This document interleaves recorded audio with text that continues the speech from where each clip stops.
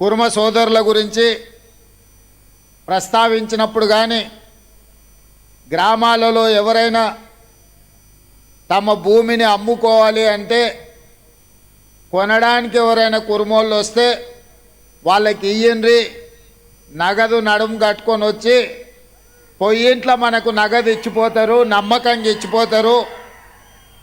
వాళ్ళు ఇచ్చిన నగదు లెక్క పెట్టాల్సిన పని కూడా లేదు. సరిగ్గా ఒక్కటికి 2 సార్లు వాళ్ళే లెక్క పెట్టి ఇంటికి తెచ్చి ఇచ్చిపోతారని నేను ఎప్పుడు చెప్తుంటా.